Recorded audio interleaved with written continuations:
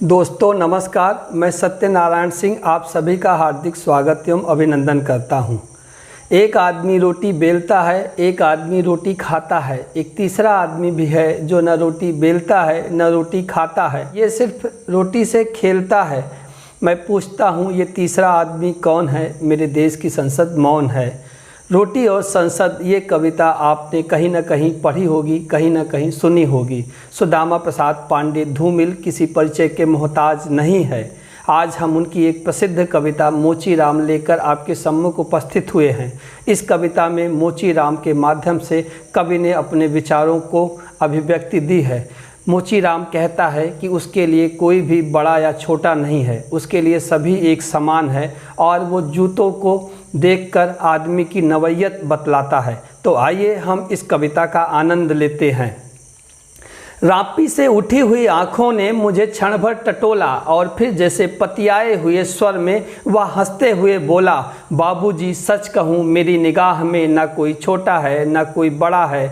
मेरे लिए हर आदमी एक जोड़ी जूता है जो मेरे सामने मरम्मत के लिए खड़ा है। और असल बात तो यह है कि वह चाहे जो है, जैसा है, जहाँ कहीं है, आजकल कोई भी आदमी जूते की नाप से बाहर नहीं है। फिर भी मुझे ख्याल रहता है कि पेशेवर हाथों और फटे हुए जूतों के बीच कहीं न कहीं एक आदमी है जिस पर टांके पड़ते हैं, जो जूते से झांकती हुई अंगुली की चोट छाती पर हथौड़े की तरह सहता है।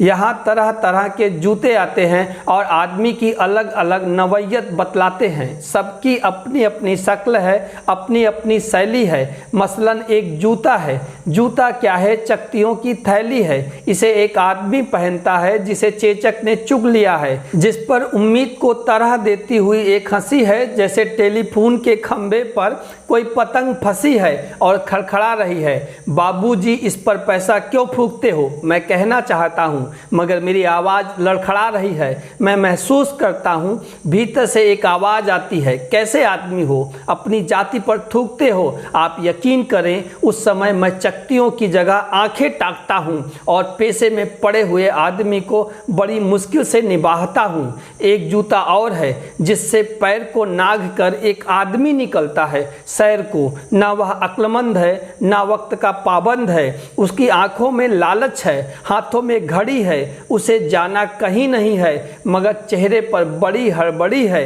वह कोई बनिया है या बिसाती है, मगर रोब ऐसा कि हिटलर का नाती है। इसे बांधो, उसे काटो, हियाँ ठोको, वहाँ पीटो, घिस्सा दो, ऐसा चमकाओ, जूते को ऐना बनाओ। ओफ बड़ी गर्मी है।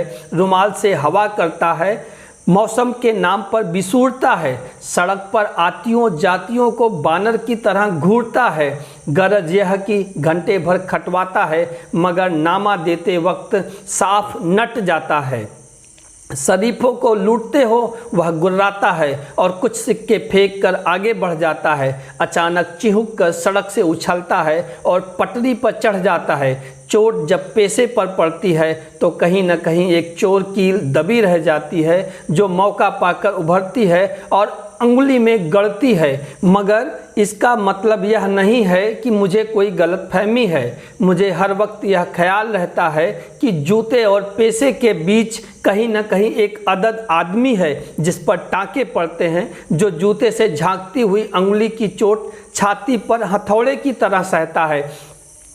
और बाबूजी असल बात तो यह है कि जिंदा रहने के पीछे अगर सही तर्क नहीं है तो रामनामी बेचकर या रंडियों की दलाली करके रोजी कमाने में कोई फर्क नहीं है। और यही वह जगह है जहां हर आदमी अपने पेशे से छूटकर भीड़ का टमकता हुआ हिस्सा बन जाता है। सभी लोगों की तरह भाषा उसे काटती है, मौसम सताता है। अब आप इस बसंत को ही ले लो, यह दिन को तांत की तरह तानता है।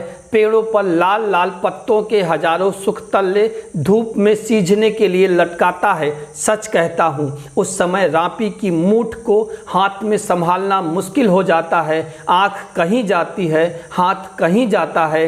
मन किसी झुंझलाए हुए बच्चे सा काम पर आने से बार बार इनकार करता है। लगता है कि चमड़े की शराफत के पीछे कोई जंगल है जो आदमी पर पेड़ से वार करता है।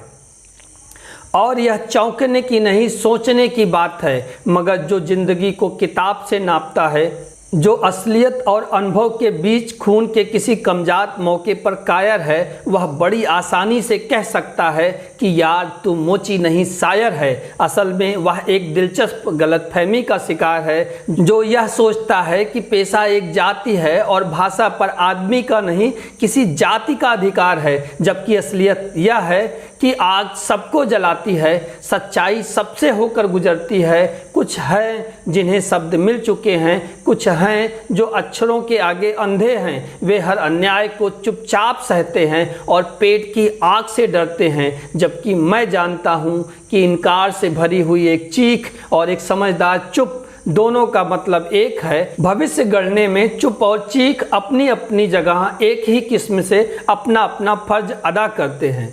तो साथियों, ये थी मोची राम कविता। अगर आपको अच्छी लगी हो तो लाइक करें, शेयर करें और चैनल सब्सक्राइब करें। मिलते हैं अगले वीडियो में, तब तक के लिए नमस्कार।